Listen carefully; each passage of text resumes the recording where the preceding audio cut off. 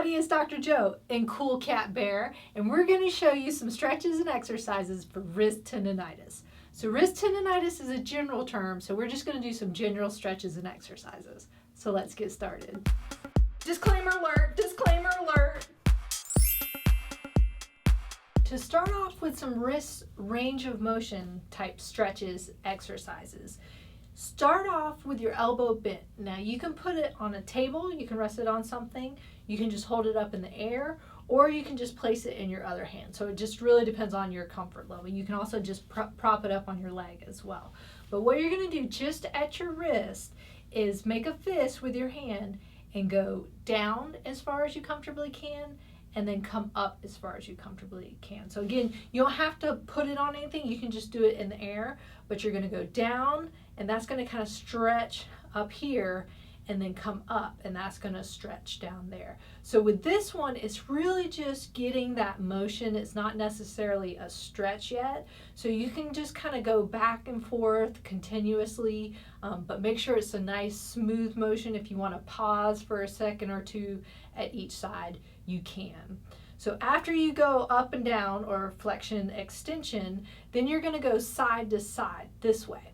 So this is ulnar deviation, radial deviation. So now just going side to side. So you're going to stretch it out this way when you go here, that ulnar side, and then this way here, that radial side. So you can feel it all the way, sometimes down into your thumb. So I'll do a different angle. So you're just going this way and then this way. But a lot of times it's easy just to prop it up on something and go back and forth. So with these, you can just do about 10, maybe 5 each way. This is really just to get everything loosened up before you start stretching and exercising it. Then the next motions are going to be supination and pronation. With supination and pronation, I like having the elbow bent at your side. When people keep their arms straight and do supination and pronation, they're really then doing it at their shoulder versus at their wrist and their forearm. So bend your elbow, kind of keep it close to your side so you're getting the movement here versus through the whole arm.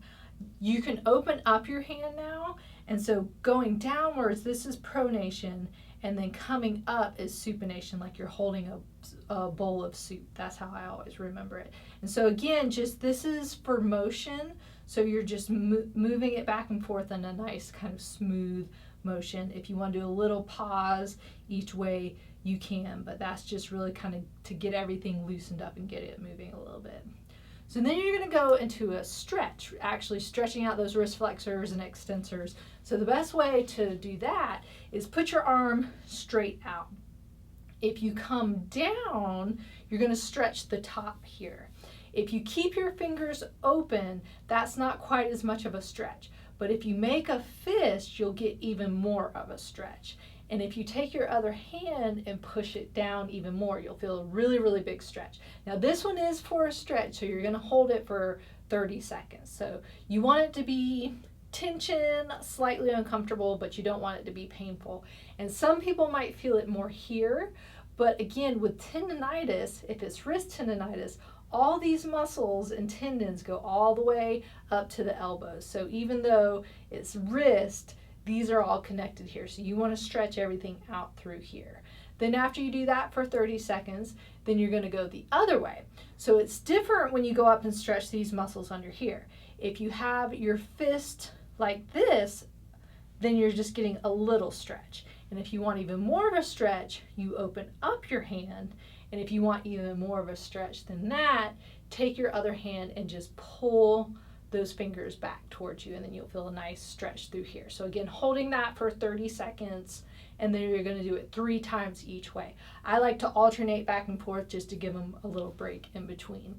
If this is uncomfortable, kind of bringing your hand over, you can always place it on a wall, or you can even just, if you're on the floor, place your hands on the floor and then lean forward. So see, I'm getting that stretch through there going this way. So just placing your hands flat, going in the other direction, or then putting the back of your hands down and then leaning back, you'll get a stretch that way as well. So then you can do them both if you want to. So you can stretch it that way, or you can just use your hands to stretch it. So either way, whichever one you'd like.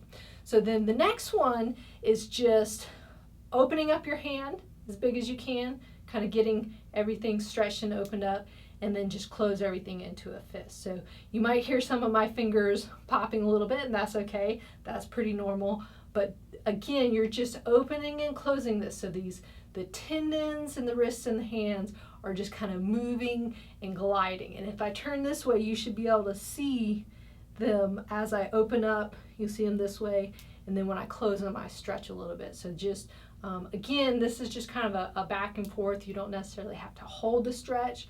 You're really just trying to get everything moving and opening it up a little bit. So this is a nice one to do. Then you're going to go into some strengthening stuff once you get the wrist loosened up and get it stretched out. So you can do this a couple different ways. One is a ball squeeze. So you can take any kind of ball you want. This is a racket ball. You can take a lacrosse ball, a tennis ball. Some people like the firmer balls like a lacrosse ball, and some people like them a little more squishy like the racket ball or a tennis ball. But just place it in your hand, and all you're going to do is just squeeze.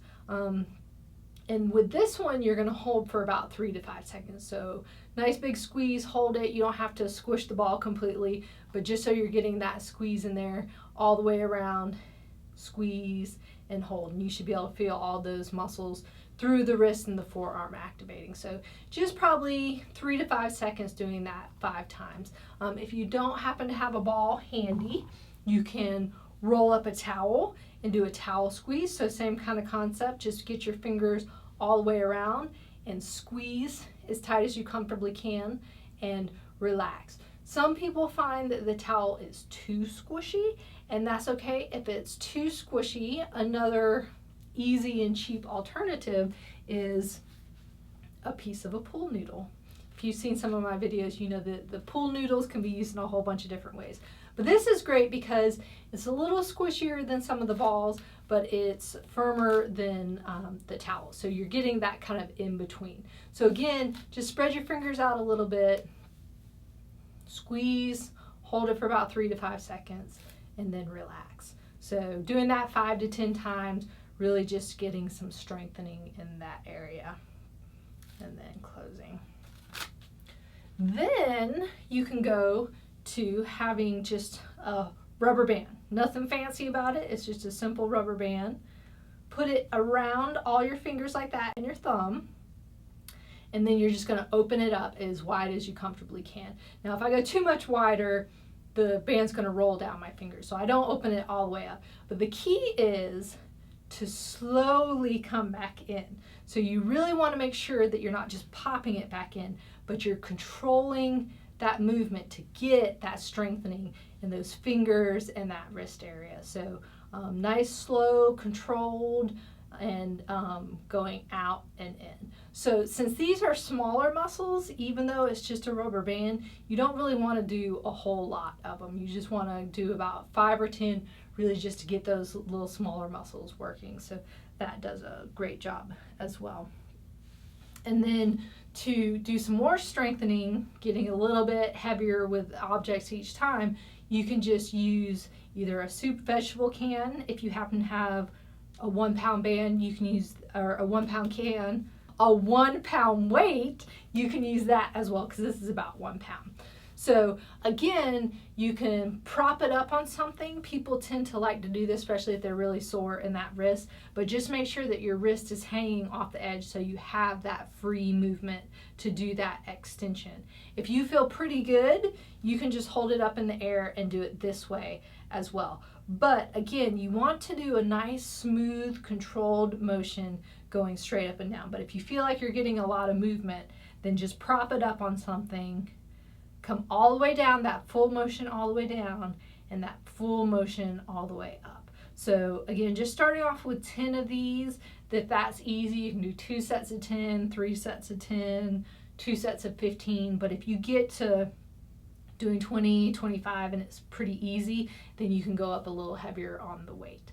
Then you're going to turn your hand over and do the same motion, but now you're getting those flexors. So just nice and slow coming down, and then nice and slow coming up. So it doesn't have to be a huge motion, but really try and get that full motion of your wrist, because if you've got some tendonitis in there, you might only be able to do that, which is fine. But eventually, hopefully, you'll get to go a little bit further, because it's okay if it's uncomfortable, but you really don't want it to be painful. So that nice big movement in there. And then for the radial deviation, you can turn it this way and then drop it down and come up. I like, if I have a weight where I can hold it a little bit tighter, I like having my thumb up on top when I do it. It's a little harder to do it with a soup can because it's bigger, but just make sure that you feel that you're in a comfortable position. And so sometimes when my thumb's more on top going like this, it's a little more comfortable because this gets a big stretch over that thumb area. But if not, that's okay. But I do prefer when I have weights to have that thumb up on top. So just coming all the way down and coming all the way up. And then the last one is for the Pronation Supination with a little bit of weight. So you can use a hammer if you want to. Hammers are nice because it has a big weighted top. So when you bring it back and forth, it gives that a little bit of extra pressure. But if you don't have a hammer handy, which you might not, you can take the weight or the soup can and hold it where most of it is up on top. And then keeping that elbow by your side or just kind of over the table or over your leg, and then just roll over, going into that supination, and then coming all the way back into that pronation. So when you have more of the weight up on top, when it comes over, it's just going to give you that extra stretch and that extra resistance where you have to bring it up and then come back the other way. So if you even want to do it right here, you can do it that way as well. And so that works pretty good. But if you want a nice solid handle, you can use a hammer to go back and forth with that as well. So remember that with any kind of wrist exercises, these are smaller muscles, so you don't have to go overboard. If you're not feeling anything while you're doing it, it doesn't necessarily mean you're not going to be sore or painful later. So start off with just a little bit, and then if you feel good the next day, then you can start progressing up from there. So those are your stretches and exercises for wrist tendonitis. Don't forget to support our channel by clicking up here, and don't forget to subscribe by clicking down here. And remember, be safe, have fun, and I hope you feel better soon.